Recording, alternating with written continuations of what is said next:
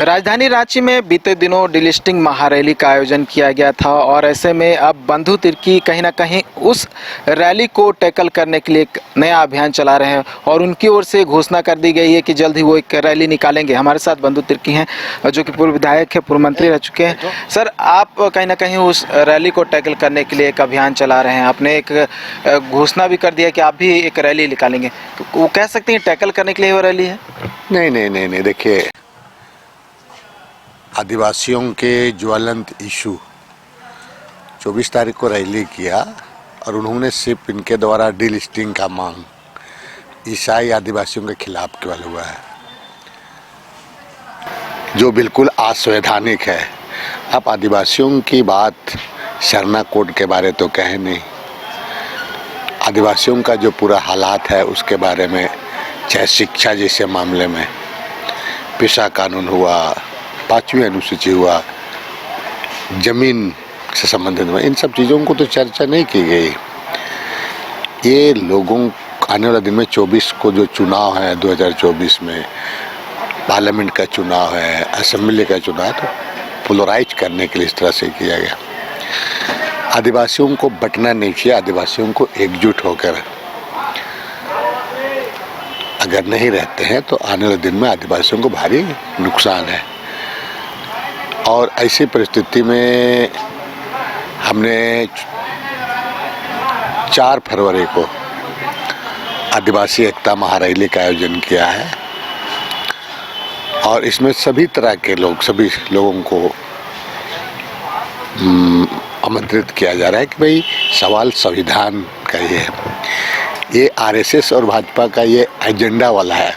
इससे पहले इस जनजातीय मोर्चा के द्वारा किसी भी इशू पर तो सड़क पर नहीं आया, यूसीसी का पर नहीं आया हो, जमीन के मामले कभी आया क्या? उन तमाम चीज़ों में नहीं आया, कोई भी चीज़ों पर नहीं आया। और अभी चुनाव आ रहा है तो आपको इस चीज़ों को करनी है, तो आपकी सरकार है, आप कर लो। लेकिन जहाँ जहाँ चुनाव हो, इस तरह करके लोगों को आप बांटने का काम कर रहे हो, गलत सलत चीज़ों को व्याख्या कर रहे हो। 341 पर का व्याख्या करो, 342 करो, 25 के करो। भाई लुकुर कमेटी भी है, संविधान देश संविधान से चलता है। आप जिस तरह की बातों को रखते हैं ये बिल्कुल असंवैधानिक बातें हैं। इन तमाम चीज़ों को लेकर और ऐसी ताकतें जो आदिवासियों को तोड़ना चाहती है उसको मुंह तोड़ जवाब देना है और हर हालत में हमें संविधान को बचाना है। जिनके लिए संविधान बना है, संविधान सम्मत देश संविधान चलता है, इसलिए इसी को लेकर के 4 फरवरी को एक रैली का आयोजन किया गया। उसी का तैयारी को लेकर के बैठक चल रही है।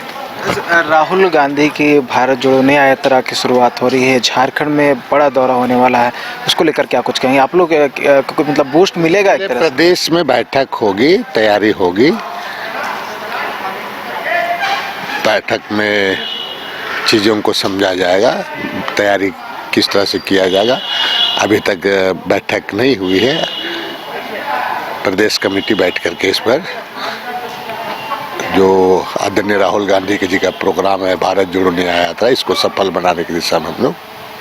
ताकत मिलेगी आप लोगों को, प्रदेश कांग्रेस को? बिल्कुल ताकत मिलेगी, इसमें कहा किंतु परंतु ताकत मिलेगी। आखिरी सवाल, गांडे विधानसभा उपचुनाव के लिए अभी मत करिए। तो ये थे बंधु तिर्की और इनका कहना था कि जो बीते दिनों डिलिस्टिंग महारैली राजधानी रांची में आयोजित की गई थी, उन डिलिस्टिंग में जो है झारखंडी और आदिवासी से संबंधित जो मामले थे उसको लेकर जो है चर्चा नहीं की गई थी। जो मेन मुद्दे हैं जिसमें सरना कोड और आदिवासियों से जुड़े जो ज़मीनी मुद्दे हैं उसको लेकर चर्चा नहीं की गई थी। और कहीं ना कहीं अभी जो 2024 का चुनाव होना है उसको लेकर कहीं ना कहीं ये डिलिस्टिंग रैली थी।